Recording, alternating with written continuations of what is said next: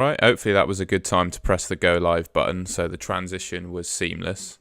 Just Tom here today, I'm afraid. Sounds busy with work, and I'm wearing a jacket because I'm too cheap to put my heating on, so apologies for that. You're all very welcome. I see we've got a few in the chat already. Rich, Andy, FPL Sparta, and the fixture legend himself, Ian Parrin. Good to see you all. What I thought I'd do with this stream is just quickly go through all the fixtures that played out in Matchday 3. I'm just going to pull up FF stuff, have a look at some of the stats in the scores and my thoughts on the games. I've watched quite a lot of football over the last week, so I've probably seen most of the games I'm going to talk through, so hopefully should have some insight. What else forgot? I just got the fixtures to have a chat through. Obviously, we've got a bit of rotation risk in Matchday 3, so I'll try and cover my predicted lineups. Not that I'm any sort of expert in that. And then I've got some clean sheet and goal scoring odds, which should help you pick your captaincies. And then I'll show the Golden Goal Mini League and cover some Twitter questions. So should be a nice little structured live stream. So without further ado, some FF stuff stats. Now, I believe, if I'm not mistaken, the first fixture of game week or match day 2 was Qatar-Senegal. Can't believe it, but Qatar actually managed to score a goal in this game. I don't think the bonus for Senegal was anything to go by, really, given that Qatar are just crap, and I think any team can get bonus against them. But yeah, a few goals for the Senegalese, and obviously amazing that Qatar scored, but I'm not really interested in any of these teams, and I don't think there are any particular Sky talking points from that one. Next one was quite interesting. Netherlands won, Ecuador won. I think Ecuador are looking like a really nice package. They've got such energy about their team. Unfortunately, Valencia obviously went off on a stretcher, so it remains to be seen if he can carry on through the tournament. But he's been pretty outstanding so far for them. Obviously a few tackles for the Ecuadorians, a little bit of passing bonus here and there for Holland, but they don't seem to be a team that consistently get it, certainly from their defenders. I know they're playing today. They got Qatar today, haven't they, where a lot of people are backing them for a clean sheet. But I think it remains to be seen if they'll manage bonus against Qatar. Gakpo, I think, is the one sort of outstanding performer for Holland at the moment. 2 in 2 he scored. I think he'll probably play against Qatar because they probably want to win the game just to solidify their position in the group. But other than that, not really seeing anyone that's screaming out to me from the Netherlands. I've got Dumfries in my team. I've had him from the start. I don't think he's worth a transfer out, but I don't think I'll be going mad to bring in any players from these two teams, I don't think. Wales and Iran. I think the headline for this one really is that Wales just don't look very good at all. Remains to be seen what they do tonight though against England. I think if there's no less reason for them to pull their finger out than against England, right? But for me, not really interested in any options from these two teams. Maybe Taremi, but with the USA next, I think they might be able to keep him quiet, but he does look like a good option. Obviously 2 goals against England, scored 1 against England that was pretty ridiculous. It wasn't even really a chance, and he managed to bang it in. And he got an assist in this game as well, but I think there are probably better options than him. And I don't think I'll be going anywhere near Wales' assets against England. I think England should win that game, or at least keep a clean sheet. And then the game that probably most of my viewers watched, England-USA, disappointing 0-0 performance from England. I think they got outworked, and the physicality of that USA midfield was fantastic. I thought Adams and McKennie in particular they just ran rings around Bellingham and Rice. They were just really good. Their athleticism and energy got them the 0-0 draw, basically. And to be honest, I think Pulisic hit the bar once. I think the USA arguably had the better share of the chances as well. So England were fortunate to keep it 0-0. Good thing for English defensive owners, though, is obviously the clean sheet. Stones, Maguire, Shaw getting passing bonus. I still think like the likes of Stones and Maguire are good options against Wales as well. I think they could quite easily come away with a clean sheet and passing in that one. And I don't really, despite them looking quite impressive against England, I don't think I'll be touching any USA players in Sky Fantasy. Moving on to the next day, which was the Saturday. Started with Poland 2, Saudi Arabia 0. I actually brought in Robert Lewandowski for this game.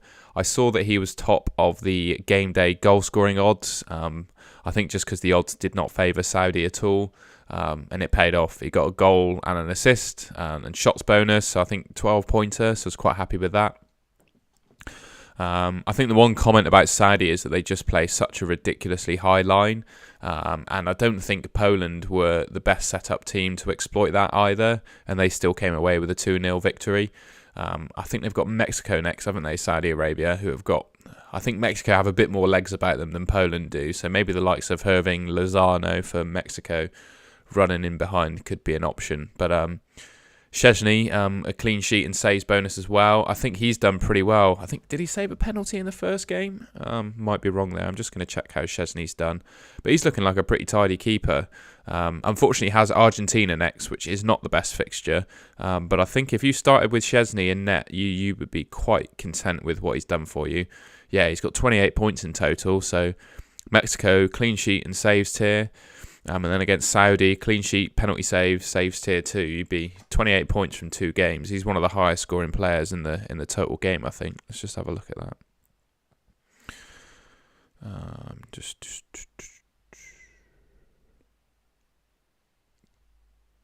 Yeah, so Szczesny is the highest scoring player in Sky Fantasy at the moment. But I don't think you can pick him against Argentina because I do expect them to concede. And yeah, not really looking too good for passing bonus of Poland. Then obviously Argentina, Mexico, clean sheet for Martinez owners. I think he's probably the most popular keeper in the game. Yeah, Mexico didn't look too exciting. I just don't think they're brave enough going forwards, really. And Argentina just looked a bit disjointed, really, until that Messi goal went in. And I think things loosened up a bit for Mexico after then. And then obviously Enzo Fernandez scoring a really nice goal to win it for them.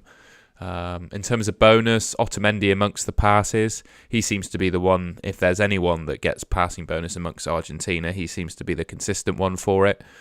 And then obviously the clean sheet for Martinez, and a goal and an assist for Messi. I think Messi, again, every game he's played, I think he's been the most popular captain. So I think captainers will be content with their return from Messi. Tunisia 0, Australia 1. A game that I really thought Tunisia would win, to be honest, or at least keep Australia quiet in, just because of their performance in the last one, really. They were really defensively resolute, celebrating every tackle, which I absolutely loved. But yeah, Australia managed to come away with a win there. I don't think I'll be going anywhere near Tunisia and Australia players, so I think that's probably one just to skip through. And then finally, a brace for Kylian Mbappe against Denmark. He's probably looking like the outstanding player of the tournament so far for me. Yeah, he just plays in such a way that he's not really defendable. He's so quick off the mark that I don't think anyone in the world can actually deal with him. And yeah, I just think he's pretty much unstoppable. And I think he will also play game week 3 as well. I just think he's such a talismanic figure for France. He will demand that he plays every World Cup game. So I would expect him to start match week 3, and I'd probably put him in my team for that fixture. Other things to note, Griezmann I think has been having a really nice tournament as well, but he's probably not quite as high for attacking returns as Mbappe. And then Tchouaméni, if I've said that right, he's been really good for bonus over the last couple as well, and I'm not sure if he will play Matchday 3. I think he's more likely than some other players in that squad, so maybe he could well play match week 3, but he's looking like a really good option for bonus points. A lot of passing bonus there, as you can see, for Denmark. Not sure I think I'd be punting on Denmark for 1 week, but yeah, they got some nice passing bonus, but obviously conceded the 2 goals. So that closes things off for the 26th. I think probably got 2 more days to go through. 27th, Costa Rica beating Japan. Did not expect this result myself. I think a few probably punted on Japanese options, just considering how good they looked against Germany and how bad Costa Rica looked in their opener. But yeah, I think Costa Rica had the kick up the arse they needed and managed to score the goal and win the game. I think quite a few probably had Yoshida, who did all right for passing bonus. Obviously made 111 passes, so you'd be content with the 5-pointer from him there. But unfortunately, that's all they could manage.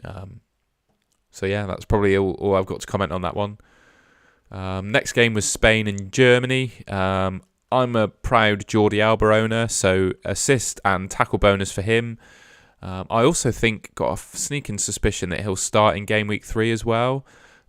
Just the fact that he's been playing really well and that Jose Gaia is out of the tournament. Just looking at the options they have, they've obviously got Azpilicueta, who I think could probably play left back. And I'm pretty sure Pau Torres is also left-footed, so he might slot in there. But I just think, given that Jordi Alba is the talismanic left back for Spain, I think he'll probably play. And unfortunately, one-off passing bonus as well, because he seems to be getting hooked a little bit more before half-time. But I'd expect Spain's game. Who are they playing game week 3? They got Costa Rica, haven't they? Oh no, they don't. They don't have Costa Rica. They got Japan. I think Alba could well get some bonus and maybe a clean sheet against Japan too. I guess for me, it depends on how many minutes he plays as to how many points Alba scores next week, but I don't think it's worth getting rid of him. And then Belgium 0, Morocco 2. I think we've just seen the end of the Belgian national team in its current state, haven't we? Quite a few players, and this is no disrespect to anyone of 30 years old or above, but I think in professional football terms, I think it's an ageing team, and I think that showed against both, who were their previous opponents? I can't remember. It's gone completely blank on me. Canada and Morocco. Even though they got the win against Canada, they got outworked and outran in that game, and similar happened against Morocco as well. I know De Bruyne will be really highly owned in Sky, and I still think he's one of the best players in the world. It's just the team around him aren't good enough. They're not as good as Man City, and therefore he's not getting amongst the returns. Obviously, a few passing bonuses here and there, but I don't think I'll be picking any Belgian players based on their performances. Same for Morocco, really. I just don't think it's really worth going anywhere near them, but they did really well, obviously, to beat Belgium. And then finally, Croatia and Canada. Nice goal for Alphonso Davies to open the scoring, but then Croatia turned the screw and scored 4. Perisic was my captain on this day, so was disappointed to see the clean sheet wiped out after 2 minutes. But obviously he got the 2 assists for the 2 goals, so I'm really happy with that. Unfortunately, Modric didn't get amongst the bonus.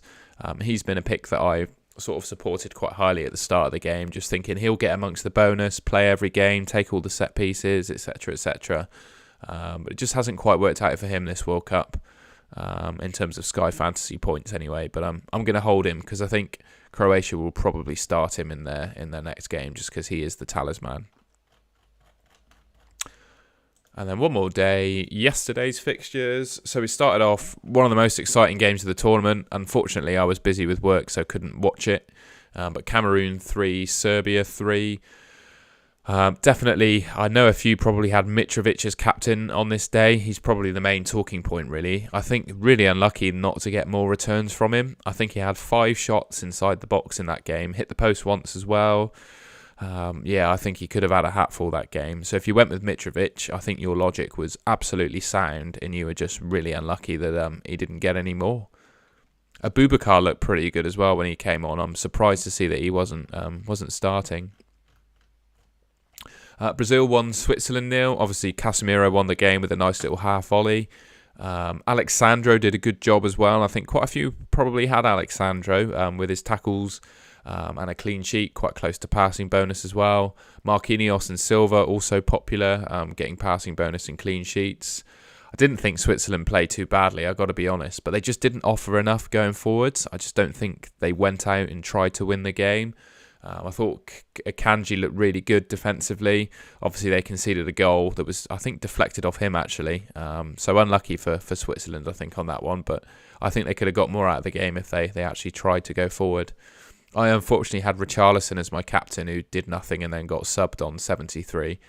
But those of people, I think Dan Cox in particular, probably had, I think he said he had like triple Brazil defence or something like that, which absolutely skyrocketed him and a number of other players to near the top of the leaderboard. So well done to you if you went triple or double Brazil defence. That's definitely paid off for you. South Korea, Ghana, close game. Kudus, I think that's how you say it, was the star performer of that one. So if anyone had him in Sky, fair enough. And likewise with the Cho, the Korean goal scorer as well. If you had him, absolutely fair play, but I don't think I'd be going anywhere near these two teams. Then finally, Portugal and Uruguay. I expected Uruguay to really be resolute and almost keep a clean sheet in that one, but wasn't to be. And Portugal getting the 2-0 win. Bruno Fernandes scoring a couple of goals. I think he's looking really good this tournament. Whether he will play the third game remains to be seen. But I think like Ronaldo, he's the kind of player that will demand that he plays. How many minutes he plays, I think remains to be seen. I think it's quite telling that he was the only one of those forward players that didn't get subbed as well. Bernardo played 90 as well. So yeah, it'd be interesting to see if he plays the third game, but he's definitely been one of the star performers of the tournament so far.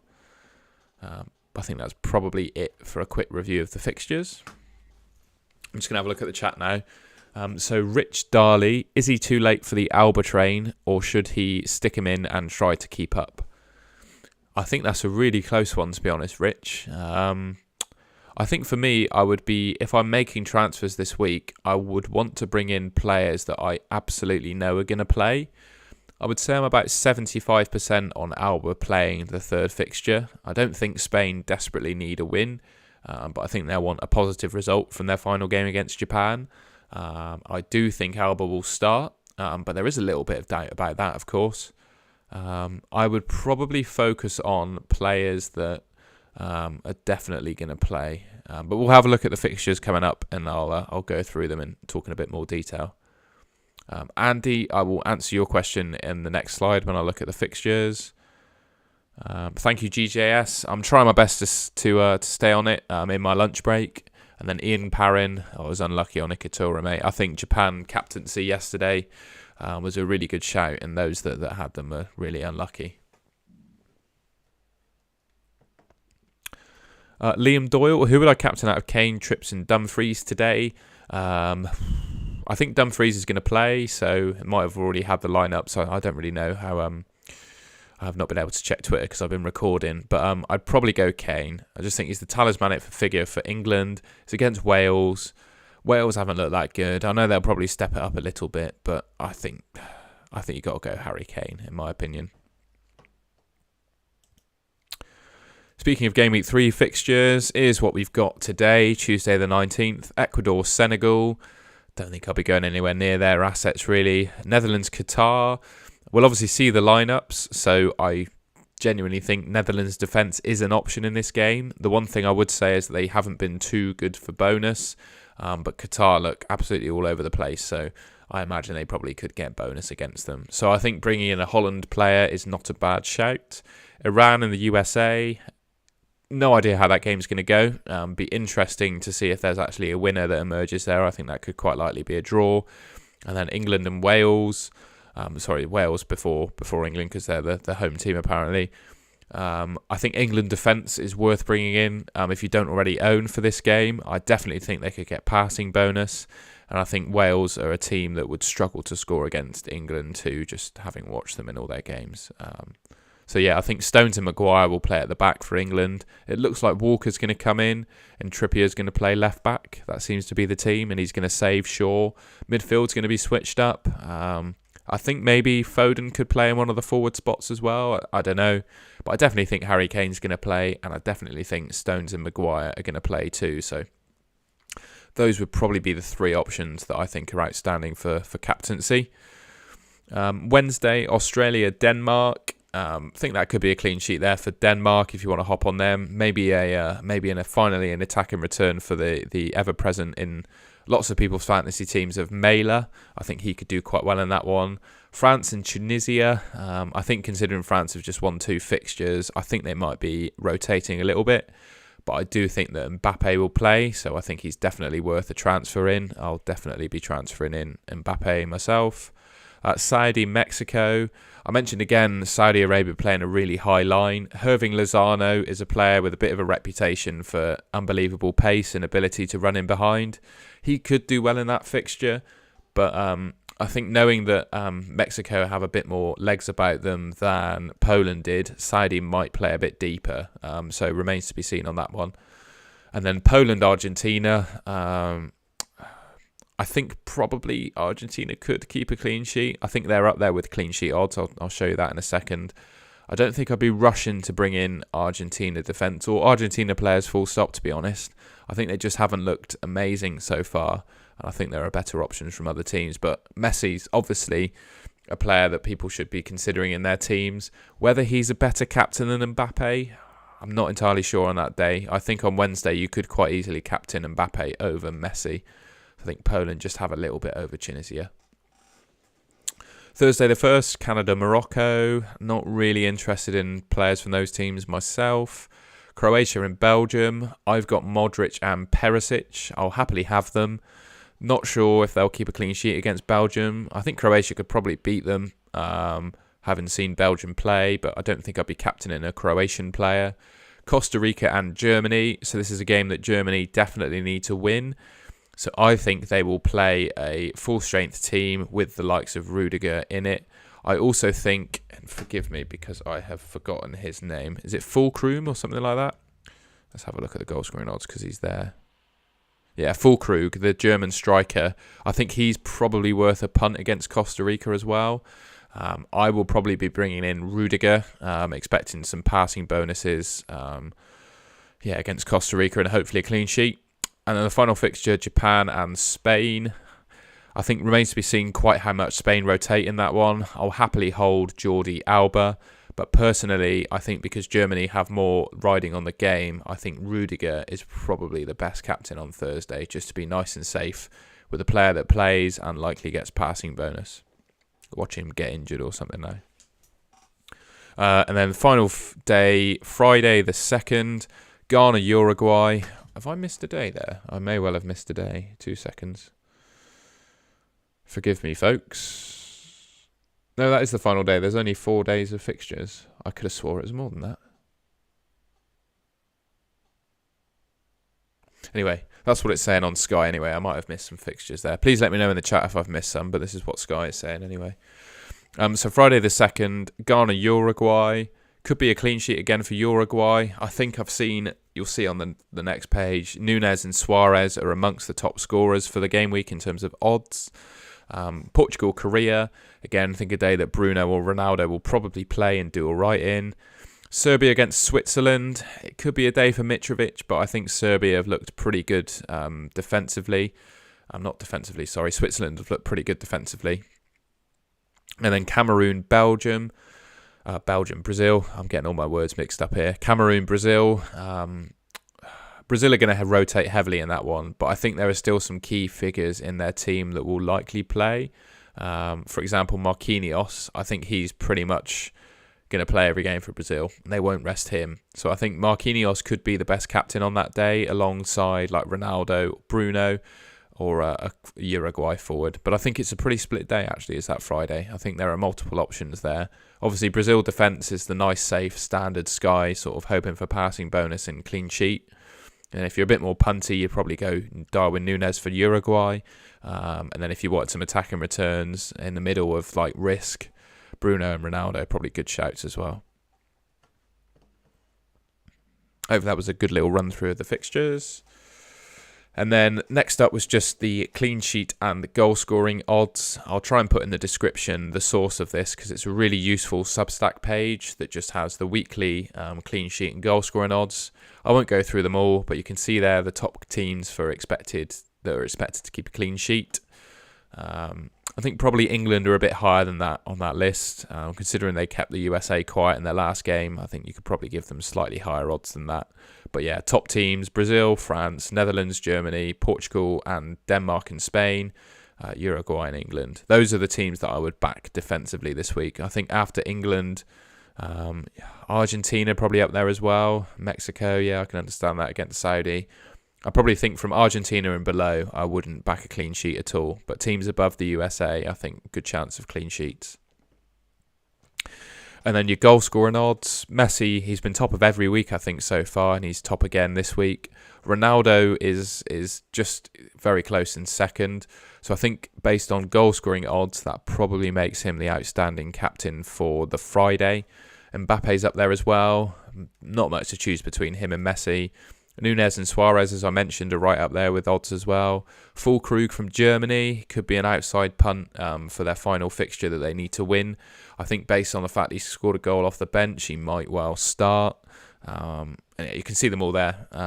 Harry Kane's obviously the highest. I think that's the highest for today's fixtures. Depay's slightly higher actually, but I'm not sure he's going to start. So I think Kane's probably the pick today. But yeah, you can use these odds to draw your own conclusions. I won't go too hard and fast about them. And then finally, I will just switch to this screen a second. I'm just going to pull out the old Golden Goal Mini League. Unfortunately, I haven't entered our own £5 cash league, so I can't do an update of that one. But what I can do is a quick update of the free league and how everyone's looking for the biscuits. Because I want to win my own biscuits, so that's the only one I've entered. Just got to try and work out how to find the mini league in the website, because I usually just use the phone. There we go. How's that? I'll just make it legible.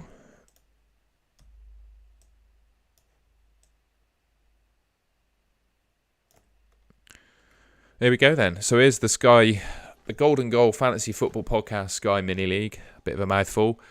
Sam Troy, who appears to be a very recent subscriber to the channel, so thank you very much for your subscription, Troy, and congratulations on the place that you're in. Dan Cox, a name that obviously Sky players will know and love, a former winner of the Premier League game and popular figure on Twitter. He's in second. Nathan Baker in third. Sam Cull in fourth. Jack in fifth. Jay in sixth. Matt seventh. Eighth is Martin. Luke Notley, who I speak to regularly on Twitter, is ninth. 10th is Tommy Smith. And 11th is Stephen. So well done, in particular, Sam, there for being top. Interested to know, mate, what's your rank overall, Sam? Are you like in the top 5 overall with that score? I haven't checked the overall leaderboard. In fact, I can do it now. Let's see how you're getting on overall. So Sam Troy is 4th overall. Bloody hell, mate. Well done. That's pretty cracking. Also, I know Shane White as well. I talk to him quite regularly on Twitter too in 3rd place. So yeah, some big hitters in the Sky Twitter land are amongst the top of the leaderboard, which is great to see. Yeah, Sam, I hope you can keep it up and come away with a nice, healthy summer money, mate. You deserve it for how well you've been playing. Good stuff. And finally, I'm just going to see if I've got any questions on Twitter.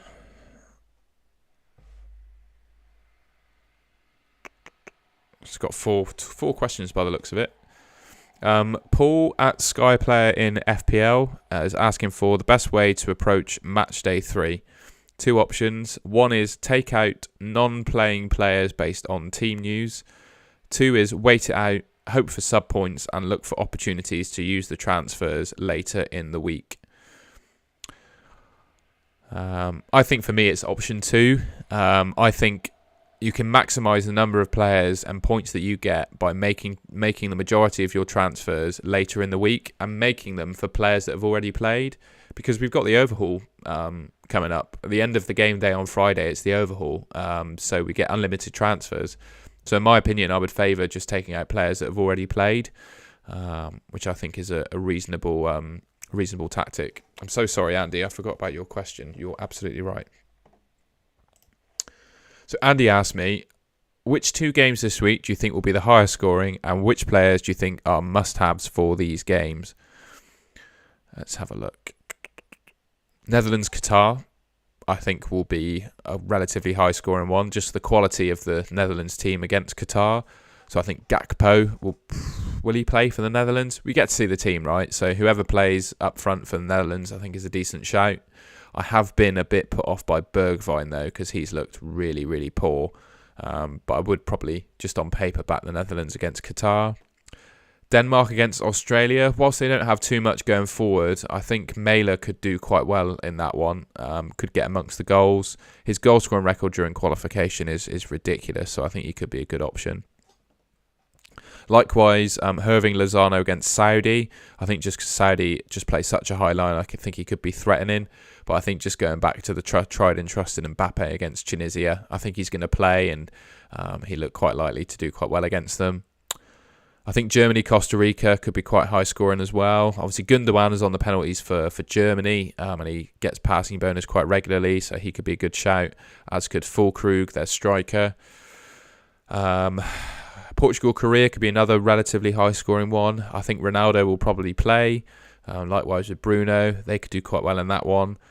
Brazil, Cameroon, I think whoever plays for Brazil is good, so they will score a few against Cameroon. But the question is who actually plays. I don't think there's anyone nailed. But that would be my view in terms of the highest scoring games for particular teams. Spain, Japan as well could be good in Spain's favour, but I think more defensively than going forwards. Something like the likes of Alba and whoever plays at centre back could do quite well from that one. But yeah, hopefully that answers your question, Andy. Sorry, I forgot, mate.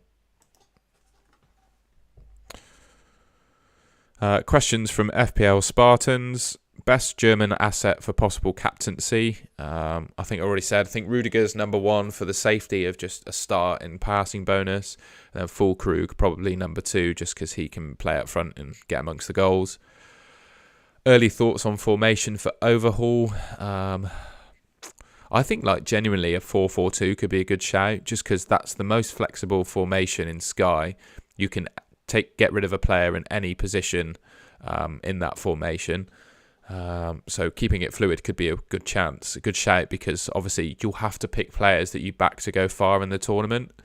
So yeah, I think probably a 4-4-2 could be a good formation, or just go big at the back like everyone has, most people have so far, because knockout games are likely to be quite cagey.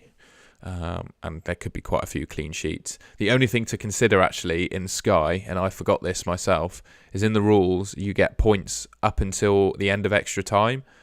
Most fantasy games finish after 90 minutes, but Sky go all the way to 120.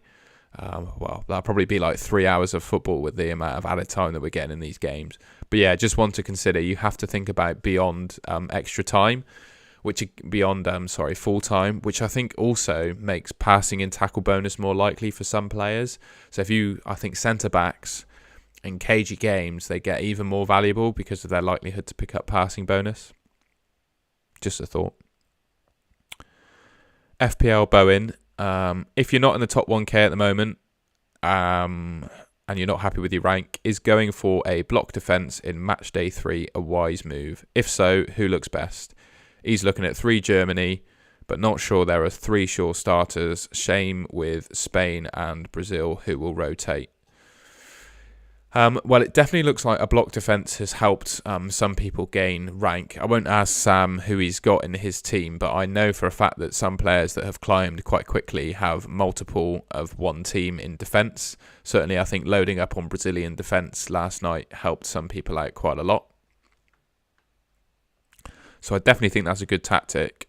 If we go back to the fixtures, who's a good block defence to have out of that lot? Maybe Argentina. You could double up on Martinez and Otamendi, because I back the two of them to play, but will they keep a clean sheet? That's probably what we want, isn't it? France, again, looking pretty good for a clean sheet, but who's going to play from that defence? I think Germany's the one. I think Rudiger's definitely going to play. And Sula probably, but again, you can't be totally sure, can you?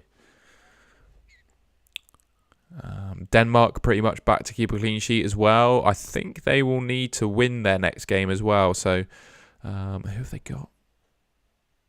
Obviously, their clean sheet odds are pretty good. Yeah, Australia. So Denmark could be a good team to back. Maybe Mailer, obviously with his price, and then the centre backs as well. If we go back to, I have to go back to FF stuff.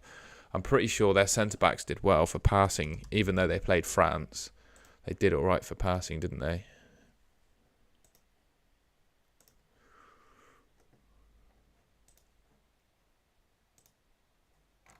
And I'm using stats here, so you can't blame me because the stats say the answer. Only joking. So yeah, got the screen. So yeah, Denmark obviously conceded 2 against France, but Christensen picked up passing bonus. Andreas Christensen, and got a goal. So I think Christensen, Anderson and Mailer will likely start against Australia, which I think makes them pretty decent options. So, and looking at their clean sheet odds, they're right up there, slightly less than a 50-50 chance, but I think that's pretty good odds. So maybe a Denmark triple up could be an option. I think that might be the best one, in my opinion, for a block defence. Let me know in the chat if you've got any other suggestions as well to help FPL Bowen out, but I quite like a Denmark defence. Then Ian Parrin asks us the final question: based on leading scores, how many points do you think the Sky FF winner will have at the end of the tournament? Oh, I've been doing maths all morning, Ian, doing some finances, so we'll have to check. Bear with me if my maths is totally out. So Lauren Webster, 282 points. There's probably some good maths you can do about remainder of games to play, etc. But my brain is fried and I need my lunch. So I'm going to guess 475. 475 will be my guess. Because I think we're probably about halfway through the games now, aren't we? 50% way through. So something like 475 to 500 will probably win it, I think. Might be way off there. Thank you everyone in the chat. Just seeing if we've got any more questions. Yeah, who do I think for the last day? Let's have a quick look.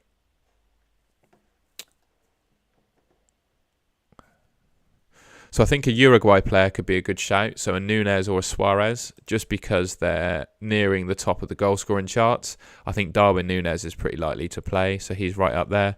Ronaldo second in overall goal scoring odds. I think he'll probably play, and that makes him probably the best captain on that day, to be completely honest. I don't hate just Marquinhos either. Bit boring, I know, but probably keep a clean sheet against Cameroon and likely get passing bonus. So I think between Nunes, Ronaldo and Marquinhos, you've got three there, and I think they're pretty similar in terms of potential. I'd definitely go Gakpo over Bergwijn, mate. It might bite me in the arse saying that, but Bergwijn has just looked absolutely terrible so far. He's not really had a sniff, whereas Gakpo's been really bright. He's looked really good, so I'd favour Gakpo. 100%, yeah, Ben's 100%. I'd definitely favour Gakpo. These vids have been invaluable. Well, thank you very much. I really appreciate that. And glad to see you doing really well in fantasy, mate. Yeah, it's just I'm really enjoying the game too. I'm not quite the high ranks as you. In fact, I can finish off the vid by showing you my team if you like. There you go. That's how I'm looking. 857th. I started yesterday in 200th place, but because I didn't have any Brazilian defenders, and my two Brazilians were Vinicius and Richarlison, who both blanked, I absolutely screamed when Vinicius had his goal, but unfortunately got disallowed, didn't it? So yeah, I felt quite unlucky there. Had I had Brazilian defenders, I think I'd probably be quite good in terms of rank. I'm still happy with 857th, but I know it could be better. But yeah, I'm just really enjoying the format, being able to pick a captain every day. I think the pricing, it makes it quite easy to build a good team, but it also means you still have to choose between the big hitters, and I think that makes it quite fun. So yeah, absolutely, Johnny. I'm glad you're having fun, mate, and long may it continue with Sky. Yeah, I think that's it for questions. I'll linger about for another 30 seconds if anyone wants to ask me anything else. Otherwise, I'm going to go and have a sandwich if that's all right, because I'm quite hungry now. When's the first game? The first game's at 3, isn't it? Which is a bit odd. I don't know what to do with myself up until then.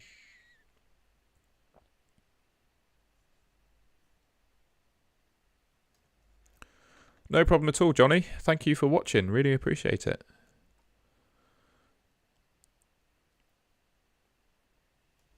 All right, then. I think I'll leave it there because I think that's it for questions. Thank you, everyone, for watching. Hope you enjoyed that. I'm feeling a little bit ropey today because I haven't had my lunch yet, so my brain is a little bit diminished. But hopefully that was useful for you all. And yeah, good luck this week, and I will catch you. I'll try and put another one out before the last 16 because it's an overhaul, isn't it? So I may do a live squad builder, and we can all input in the chat as to who we pick, etc. Best 7 million midfielder, blimey. Let's have a quick look at that, shall we? I'm going to do a really basic search here. Points, 7 million.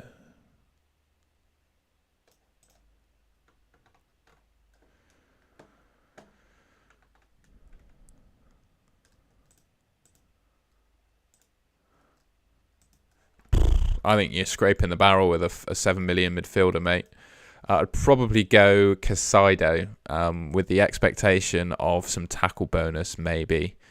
But you're really scraping the barrel at 7 million. Yeah, there ain't much there, really.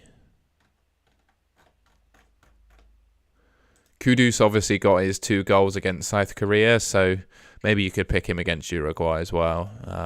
And I tell you what, Andre Ayew's looked pretty bright as well. I think Ayew, Kudus, or where was he? Casado, probably your best picks.